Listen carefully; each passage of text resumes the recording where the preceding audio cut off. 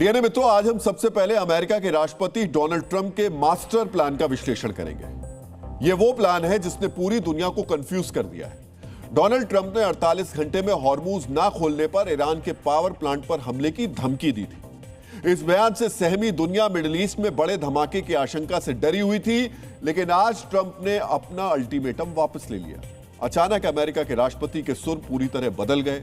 जो Trump Iran पर सबसे बड़ा हमला करने की बात कर रहे थे, अब वो ईरान से सकारात्मक बातचीत का दावा कर रहे हैं। यानी कह रहे हैं सब कुछ ठीक हो रहा है। मिडिल ईस्ट से युद्ध खत्म करने की बात कर रहे हैं, लेकिन ईरान ने ट्रंप के दावों का खंडन किया है। ईरान के मीडिया के मुताबिक अमेरिका से किसी भी तरीके की बातचीत नहीं हो रही है। ट्रंप या उनके किसी दूत से ईरान का कोई संपर्क नहीं हुआ है। ईरान कह रहा है हमारे जवाबी हमले से डरकर अमेरिका ने इस हमले को टाला है, लेकिन ट्रंप बार बार कह रहे हैं ईरान से वार्ता के लिए फोन आया है और लगातार वार्ता जारी है। यानी इस वक्त मिडिल ईस्ट में एक नया ड्रामा शुरू हो गया। मित्रों सोचिए, बीच युद्ध ये कैसा खेल है। एक वक्त था ईरान शांति चाहता था, लेकिन अमेरिका ने हमला कर दिया। आज अमेरिका के राष्ट्रपति शांति का संदेश पोस्ट कर रहे हैं, लेकिन इस बार ईरान वार्ता की बात से इनकार कर रहा है। मित्रों ये बात सारी दुनिया जानती है। ट्रंप जो कहते हैं वो करते नहीं, और जो करते हैं उसके बारे में बताते नहीं। इसलिए ट्रंप के नए बयान को उनका मास्टर प्लान कहा जा रहा है। आज आपको मिडिल ईस्ट के नए घटनाक्रम के बारे में सिलसिलेवार तरीके से जानना चाहिए। मिडिल ईस्ट में बदल रहे घटनाक्रम के बीच आज आपको समझना चाहिए आखिरकार सबसे बड़े हमले की धमकी के बाद अचानक ट्रंप का हृदय परिवर्तन क्यों हो गया। आज आपको यह भी समझना चाहिए क्यों दुनिया को ट्रंप की बातों पर भरोसा नहीं हो रहा है, और इससे पहले कब कब ट्रंप अपनी कही बातों से पलट चुके हैं, यानी शांति की बात कहकर हमला कर चुके हैं। मित्रों आज आपको ट्रंप के ऐलान पर ईरान की उल्टी प्रतिक्रिया की वजह भी जाननी चाहिए, लेकिन सबसे पहले आपको ट्रंप के उस बयान के बारे में जानना चाहिए जिससे इस नए घटनाक्रम की शुरुआत हुई। मित्रों डोनाल्ड ट्रंप ने सोशल मीडिया पर कहा, यह बताते हुए खुश हूं कि अमेरिका और ईरान के बीच पिछले 2 दिनों में बहुत अच्छी और सकारात्मक बातचीत हुई है, जिसका उद्देश्य मिडिल ईस्ट में हमारे बीच के संघर्ष को पूरी तरह खत्म करना है। यह बातचीत इस हफ्ते भी जारी रहेगी। इस बातचीत के अच्छे माहौल और प्रगति को देखते हुए मैंने रक्षा विभाग को निर्देश दिया है कि ईरान के पावर प्लांट और ऊर्जा ढांचे पर होने वाली सभी सैन्य हमलों को 5 दिनों के लिए रोक दिया जाए। यह फैसला इस शर्त पर है कि बातचीत सफल रहे। मित्रों दुनिया के तेल संकट को देखते हुए ट्रंप के इस बयान से मिडिल ईस्ट समेत पूरी दुनिया को राहत की सांस लेनी चाहिए, लेकिन सच्चाई यह है कि ट्रंप का बयान कुछ और ही कह रहा है, लेकिन मिडिल ईस्ट में होता है कुछ और दिखाई, जो उस समय होता दिख रहा है वो कुछ और ही है। इसलिए किसी को आसानी से शांति की बातों पर भरोसा नहीं है। आज हमने भी आपके लिए ट्रंप के इस बयान को डिकोड किया है। मित्रों एक तरफ ट्रंप कह रहे हैं 2 दिन से अमेरिका और ईरान से सकारात्मक बातचीत हो रही है, और दूसरी तरफ 48 घंटे के अंदर ही उन्होंने ईरान पर बड़े हमले की धमकी भी दे डाली थी। ट्रंप कह रहे हैं ईरान से बातचीत मिडिल ईस्ट में हमारे बीच संघर्ष खत्म करने के लिए हो रही है, लेकिन 2 दिन से ईरान, इजराइल और अमेरिका एक दूसरे पर मिसाइलें बरसा रहे हैं। ट्रंप ने ईरान के पावर प्लांट पर हमले का प्लान सिर्फ 5 दिनों के लिए टाला है, उसे पूरी तरीके से खत्म नहीं किया है। इससे संकेत मिलते हैं ट्रंप एक बार फिर अपनी बात से पलट सकते हैं, यानी ईरान पर बड़ा हमला कर सकते हैं। ट्रंप ने अपने बयान में बताया है अगर बातचीत सफल नहीं रहती तो अमेरिका हमला कर सकता है। मित्रों ये वो वार्ता है जिसके होने की पुष्टि अभी तक ईरान ने नहीं की है। यानी ट्रंप के इस बयान से मिडिल ईस्ट के युद्ध की गुत्थी सुलझने के बजाय और ज्यादा उलझ गई। क्या वाकई ट्रंप अब मिडिल ईस्ट से अमेरिका से एग्जिट चाहते हैं अमेरिका का, या फिर ईरान पर बड़े और निर्णायक हमले के लिए थोड़ा वक्त ले रहे हैं? मित्रों ट्रंप के बयान के बावजूद अब तक मिडिल ईस्ट में शांति की उम्मीद बहुत मजबूत नहीं दिख रही। तो इसकी सबसे बड़ी वजह है ट्रंप पर ईरान का अविश्वास, जो एक बार फिर से सामने आ गया। एक तरफ ट्रंप ने कहा ईरान और अमेरिका के बीच शांति वार्ता हो रही है, मिडिल ईस्ट में युद्ध खत्म होने की बात हो रही है। दूसरी तरफ ईरान की मीडिया ने इस बात को पूरी तरीके से खारिज कर दिया। ईरान की समाचार एजेंसी फार्स ने अमेरिकी राष्ट्रपति ट्रंप के साथ किसी भी तरीके के संपर्क से इनकार किया है। फार्स ने ईरान सरकार के बड़े सूत्र के हवाले से बताया ट्रंप से किसी मध्यस्थ के जरिए भी बात नहीं चल रही। इसके अलावा काबुल में ईरानी दूतावास का पोस्ट भी नई कहानी ही बता रहा है। अफगानिस्तान में ईरान के दूतावास ने जो पोस्ट किया उसकी हेडलाइन थी, ईरान की कड़ी चेतावनी के बाद ट्रंप पीछे हटे। इसके बाद इस पोस्ट में कहा गया, इस्लामिक गणराज्य ईरान ने चेतावनी दी थी कि यदि अमेरिका ईरान के ऊर्जा ढांचे पर कोई हमला करता है तो वो पूरे क्षेत्र की ऊर्जा संरचना को निशाना बनाएगा। इसके बाद ट्रंप पीछे हट गए और उन्होंने कहा कि उन्होंने हमले को टालने का आदेश दिया है। मित्रों, ईरान की मीडिया ने वार्ता करने की बात नहीं मानी। ईरान के किसी नेता की तरफ से वार्ता पर बयान नहीं आया। इसके बाद एक बार फिर से ट्रंप सामने आए। पहले उन्होंने सोशल मीडिया पर पोस्ट किया था, इस बार वो कैमरे के सामने आ गए। आज आपको ट्रंप के बयान के कुछ महत्वपूर्ण हिस्सों को बहुत ही ध्यान से सुनना चाहिए, क्योंकि ट्रंप का यह बयान मिडिल ईस्ट की जंग की दिशा तय कर सकता है। मैंने फोन नहीं किया, उन्होंने फोन किया। वे एक डील करना चाहते हैं। हम डील करने के लिए पूरी तरह तैयार हैं। ये एक अच्छी डील होगी। अब और कोई युद्ध या परमाणु हथियार नहीं होंगे। उन्होंने इस बात पर सहमति जताई है कि अब उनके पास परमाणु हथियार नहीं होंगे। आप ईरान में किससे बात कर रहे हैं? एक शीर्ष व्यक्ति। हमने नेतृत्व को खत्म कर दिया है, लेकिन हम उस व्यक्ति से बात कर रहे हैं जिसे मैं सबसे ज्यादा सम्मानित और एक नेता मानता हूँ। सुप्रीम लीडर नहीं, सुप्रीम लीडर नहीं। हम 5 दिन का समय दे रहे हैं और देखेंगे कि ये कैसे आगे बढ़ता है। अगर सब कुछ ठीक रहा तो हम इस मुद्दे का समाधान निकालेंगे, लेकिन अगर ऐसा नहीं हुआ तो हम अपनी पूरी ताकत से बमबारी जारी रखेंगे। मित्रों, भले ही ईरान वार्ता की बात नहीं स्वीकार कर रहा हो, लेकिन ट्रंप कह रहे हैं वार्ता के लिए फोन ईरान की तरफ से आया और वार्ता ईरान के सबसे सम्मानित नेता के साथ हुई। हालांकि ट्रंप ने उस नेता का नाम नहीं बताया। ट्रंप ने एक तरफ कहा वार्ता बहुत अच्छी चल रही है, दूसरी तरफ यह भी बताया अगर वार्ता सफल नहीं हुई तो फिर से बमबारी शुरू कर दी जाएगी। इस वार्ता को लेकर ट्रंप ने कुछ और खुलासे भी किए। ट्रंप ने बताया इससे पहले ईरान से जो नेता बात कर रहे थे, यानी स्टीव विटकॉफ और जेरेड कुशनर ही ईरान से अभी भी बातचीत कर रहे हैं। ट्रंप ने दावा किया आज भी ईरान और अमेरिका के बीच बातचीत हो सकती है। ट्रंप तो यहां तक कह रहे हैं अगर वार्ता सफल रही तो ईरान का सारा संवर्धित यूरेनियम अमेरिका के कब्जे में आ जाएगा और ईरान के लिए यह सबसे अच्छी शुरुआत होगी। ट्रंप ने इजराइल को भी इस वार्ता की जानकारी देने की बात कही है। ट्रंप के मुताबिक अमेरिका ईरान से जो डील करने जा रहा है उससे नेतन्याहू काफी खुश होंगे। हालांकि नेतन्याहू और इजराइल की सेना पिछले 2 दिनों से ईरान पर लगातार बमबारी कर रही है और अभी तक ये हमले रुकने के संकेत नहीं मिल रहे हैं। मित्रों, एक तरफ ट्रंप बड़े बड़े दावे कर रहे हैं, दूसरी तरफ ईरान के तेवर अलग है। ईरान ने अब तक ना तो ट्रंप के बातचीत के दावे को सही माना और ना ही ईरान के किसी नेता ने बातचीत की खुली इच्छा जाहिर की। ईरान के तेवर सिर्फ सोशल मीडिया पोस्ट और बयानों तक सीमित नहीं है। ईरान दुश्मनों पर हमले की तैयारी भी कर रहा है। आज आपको जानना चाहिए जिस वक्त अमेरिका के राष्ट्रपति ने ईरान से वार्ता होने की जानकारी दी, उसके बाद से ईरान में क्या क्या हुआ। आज ईरान की मीडिया ने डोनाल्ड ट्रंप के वार्ता वाले बयान का मजाक उड़ाने के लिए अपनी सबसे घातक मिसाइल का इस्तेमाल किया। इस ईरान समर्थित चैनल ने लिखा, खुर्रम शहर 4 के नेतृत्व में एक राजनयिक प्रतिनिधिमंडल आज रात आपात वार्ता करेगा। यानी ईरान की तरफ से अमेरिका और सहयोगियों को बड़े हमले की धमकी दी गई है। इसके अलावा IRGC ने अपनी मिसाइलों को लॉन्च करने से पहले उसमें बाकायदा ट्रंप के पोस्टर लगाए, जिसमें ट्रंप एक बैनर पकड़े दिखाई दे रहे हैं और हॉर्मुज खुलवाने के लिए मदद मांग रहे हैं। यानी IRGC जिसके पास ईरान में असली ताकत है, वो ट्रंप के वार्ता वाले दावे को हवा में उड़ा रहा है। मित्रों, सच्चाई है इससे पहले भी ट्रंप ने ईरान से शांति वार्ता के बीच अचानक तेहरान पर हमला बोला था। पहले ही हमले में ईरान के सर्वोच्च धार्मिक नेता अली खामनेई को मार दिया था। ऐसे में ईरान के लिए ट्रंप पर भरोसा करना बहुत मुश्किल है। दूसरी परेशानी ये, इस वक्त ईरान को कौन चला रहा है इसका भी पता नहीं। अगर ट्रंप किसी से वार्ता भी कर रहे हैं तो क्या उससे हुई डील IRGC या पूरा ईरान स्वीकार करेगा, यह भी तय नहीं है। और सबसे बड़ी बात, ट्रंप कब क्या कर जाएंगे इसका भी पता लगाना मुश्किल है। आज आपको जानना चाहिए इससे पहले कब कब युद्ध या तनाव के बीच ट्रंप अपनी बात से पलट चुके हैं।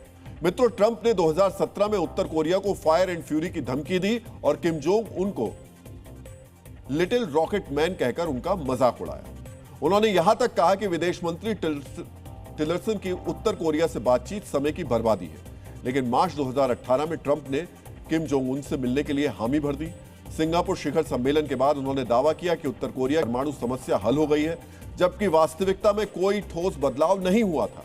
2016 में चुनाव प्रचार के दौरान ट्रंप ने बार बार कहा कि अफगानिस्तान में घुसना भयानक गलती थी और सभी सैनिकों को वापस बुलाने का वादा किया। लेकिन 2017 में राष्ट्रपति बनने के बाद अपने पहले प्राइम टाइम संबोधन में उन्होंने अफगानिस्तान में 40 से 50% अधिक सैनिक भेजने की घोषणा कर दी। दिसंबर 2018 में ट्रंप ने अचानक घोषणा की कि सीरिया से सभी 2000 अमेरिकी सैनिक तुरंत वापस बुलाए जाएंगे और आईएसआईएस को हरा दिया गया। लेकिन 2019 में ट्रंप ने फिर से पलटी मार दी। राजनीतिक दबाव और सुरक्षा विशेषज्ञों की चेतावनी के बाद उन्होंने पूरी वापसी नहीं की, बल्कि आंशिक वापसी की। 2024 के चुनाव में ट्रंप ने नो वॉर का वादा किया था।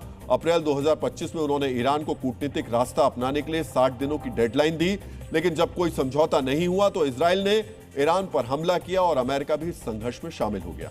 ट्रंप ने अपने दूसरे कार्यकाल में ऑपरेशन मिडनाइट हैमर के तहत ईरान के परमाणु केंद्रों पर हमला बोला।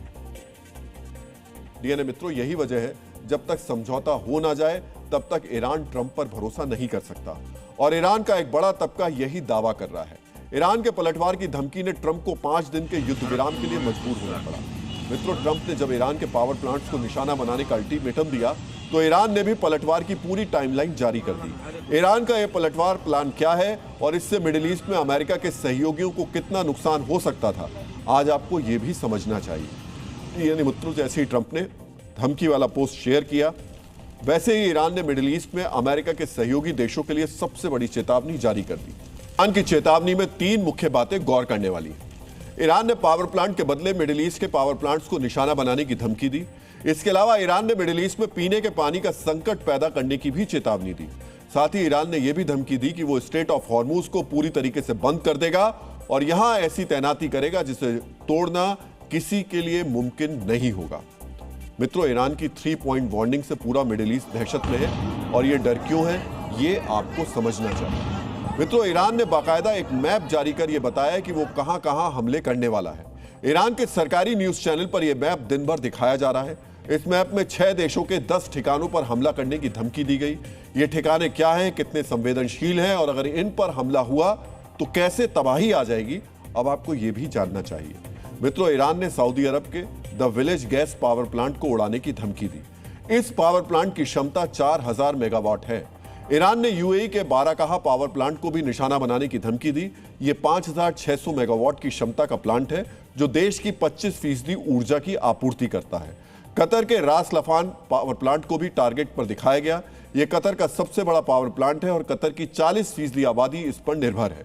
इसमें कुवैत के 3 पावर प्लांट्स को भी दिखाया गया, अल-जौर दक्षिण, अल-जौर उत्तर और शफाया एनर्जी पार्क। अगर ये तीनों पावर प्लांट तबाह हुए तो कुवैत की 20% आबादी अंधेरे में रहेगी। ईरान ने जॉर्डन के अकाबा और समरा थर्मल प्लांट को भी तबाह करने की धमकी दी। ये दोनों पावर प्लांट जॉर्डन की 40% आबादी को बिजली सप्लाई करते हैं। साथ ही बहरीन के अल्दौर प्लांट को भी टारगेट पर दिखाया गया। अगर ईरान ने इस पावर प्लांट को निशाना बनाया तो बहरीन की 25% आबादी पर इसका असर पड़ेगा। मित्रों, खाड़ी के इन 6 देशों के अलावा ईरान ने इजराइल को भी सख्त संदेश भेजा। आज ईरान ने इस मिसाइल की तस्वीर शेयर की। इस मिसाइल पर जो स्टिकर लगा है उसे गौर से देखिए। इस पर लिखा है वी आर रेडी, ऑरोट रेबिन, यानी और ओट रेबिन, हम तैयार हैं। मित्रों, ये इजराइल को ईरान की सबसे बड़ी धमकी माना जा रहा है क्योंकि ऑरोट रेबिन इजराइल का सबसे बड़ा बिजली उत्पादन केंद्र है। इसकी क्षमता 3000 मेगावाट है और इस थर्मल पावर प्लांट पर इजराइल की 20% आबादी निर्भर है। डीएनए मित्रों, ईरान ने पावर प्लांट के बदले पावर प्लांट पर हमले की जो चेतावनी जारी की वो इतनी खतरनाक है कि अगर उन पर सीधा हमला हो गया तो 7 देशों के लोग अंधेरे में जीने को मजबूर हो जाएंगे। मित्रों, क्या ईरान की इसी चेतावनी की वजह से ट्रंप ने 5 दिनों का युद्ध रोक दिया है? क्या इन 6 देशों की सरकारों ने ही अपने पावर प्लांट्स पर ईरान के हमले की धमकी के बाद ट्रंप पर युद्ध को रोकने का दबाव बनाया? मित्रों, ईरान ने पावर प्लांट्स पर हमले के साथ साथ मिडिल ईस्ट में जल संकट लाने की भी धमकी दी, क्योंकि धमकी वाला जो मैप जारी किया गया उसमें पावर प्लांट्स के साथ साथ मिडिल ईस्ट के डिसैलिनेशन करने वाले प्लांट्स भी शामिल हैं। मित्रों, डीएनए में हमने पहले भी आपको ये बताया है कि डिसैलिनेशन प्लांट्स वो केंद्र होते हैं जहां समंदर के खारे पानी को पीने योग्य बनाया जाता है। ईरान ने मिडिल ईस्ट के देशों की इसी कमजोर नब्ज पर हमला करने की वार्निंग दी है। ईरानी मीडिया ने जो मैप जारी किया उस मैप पर मुख्य रूप से पावर प्लांट्स दिख रहे हैं, लेकिन आपको यह भी जानना चाहिए कि मिडिल ईस्ट के ज्यादातर desalination plants in power plants के साथ ही स्थित हैं। इन्हें IWPP यानी independent water and power plants कहा जाता है, यानी यहां बिजली और पानी साथ साथ बनते हैं। ऐसे इस मैप के आधार पर जो डिसैलिनेशन प्लांट्स निशाने पर हैं, आपको उनके महत्व के बारे में भी पता होना चाहिए।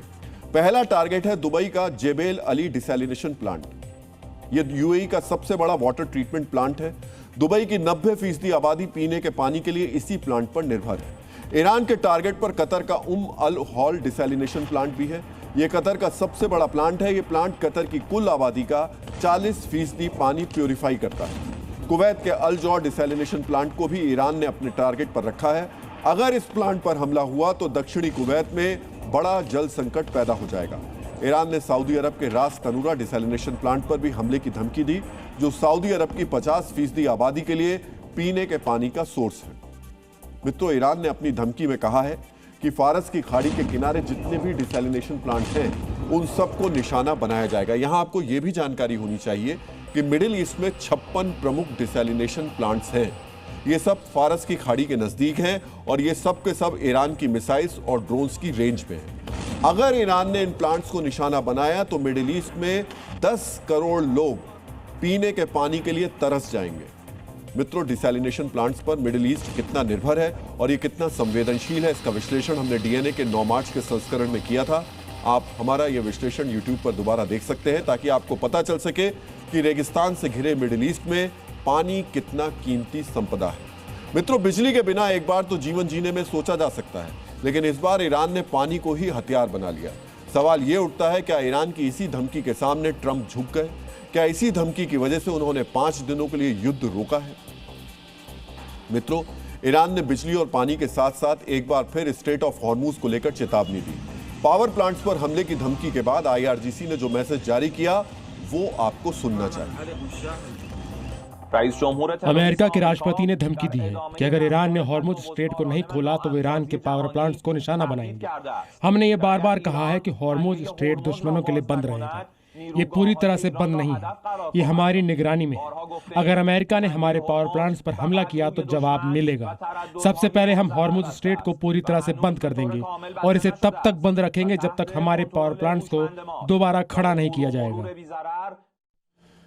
डीएनए मित्रों, आप सोच रहे होंगे हॉर्मुज स्ट्रेट तो पहले से ही बंद है, ऐसे में ईरान हॉर्मुज को लेकर धमकी क्यों दे रहा है? तो आपको यह जानना चाहिए कि स्ट्रेट ऑफ हॉर्मुज को पूरी तरह से बंद नहीं किया गया है। भारत, चीन और अब जापान के जहाजों को स्ट्रेट ऑफ हॉर्मुज को पार करने की अनुमति दे दी गई है। इसके अलावा दूसरे जहाजों को भी ईरान ने इस शर्त पर हॉर्मुज पार करने की अनुमति दी है कि वो चीन की करेंसी युआन में पेमेंट करें। लेकिन ईरान ने ऐलान किया है कि अगर उनके पावर प्लांट्स पर हमला हुआ तो वो इस समुद्री रास्ते को हमेशा के लिए बंद कर देंगे।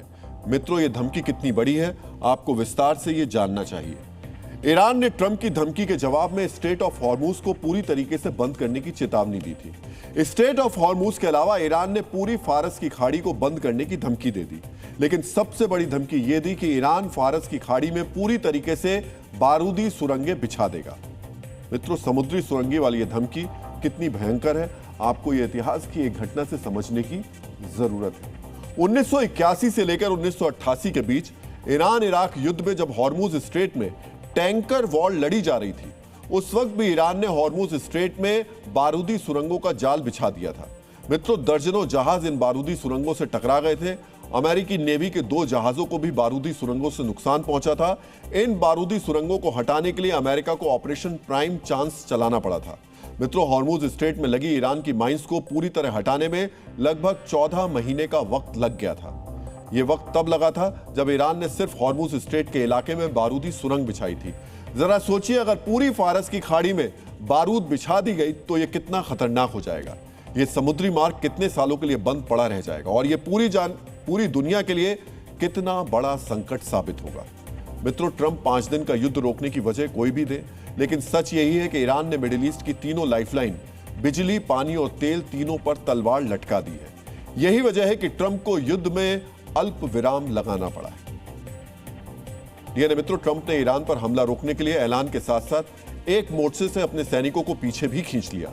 सवाल उठ रहा है, अगर ट्रंप ईरान से शांति वार्ता कर रहे हैं तो इराक से सैनिकों की वापसी क्यों हुई? मित्रों, पलटवार की धमकियों और ईरान युद्ध में अल्पविराम के बीच अमेरिका और नेटो सैनिकों के इस मूवमेंट को भी समझने की जरूरत है। इराक में अमेरिका समेत नेटो के सैकड़ों सैनिक दशकों से तैनात हैं, लेकिन अब अचानक इन सैनिकों को इराक छोड़ने का अल्टीमेटम दे दिया गया। सबसे पहले पोलैंड ने इराक में नेटो मिशन के तहत तैनात अपने 350 सैनिकों को वापस बुला लिया। इसके बाद नेटो के लिए तैनात अलग अलग देशों के सैकड़ों सैनिकों को भी इटली में शिफ्ट किया जा रहा है और अब कई रिपोर्ट्स में दावा किया जा रहा है कि अमेरिका ने भी अपने सैनिकों को बगदाद के विक्टोरिया बेस से निकालने के लिए शुक्रवार को 24 घंटे का अल्टीमेटम दिया था और विक्टोरिया बेस को पूरी तरीके से खाली कर दिया। ऐसे में सवाल उठता है, अमेरिकी सैनिक अचानक इराक छोड़कर भाग क्यों रहे?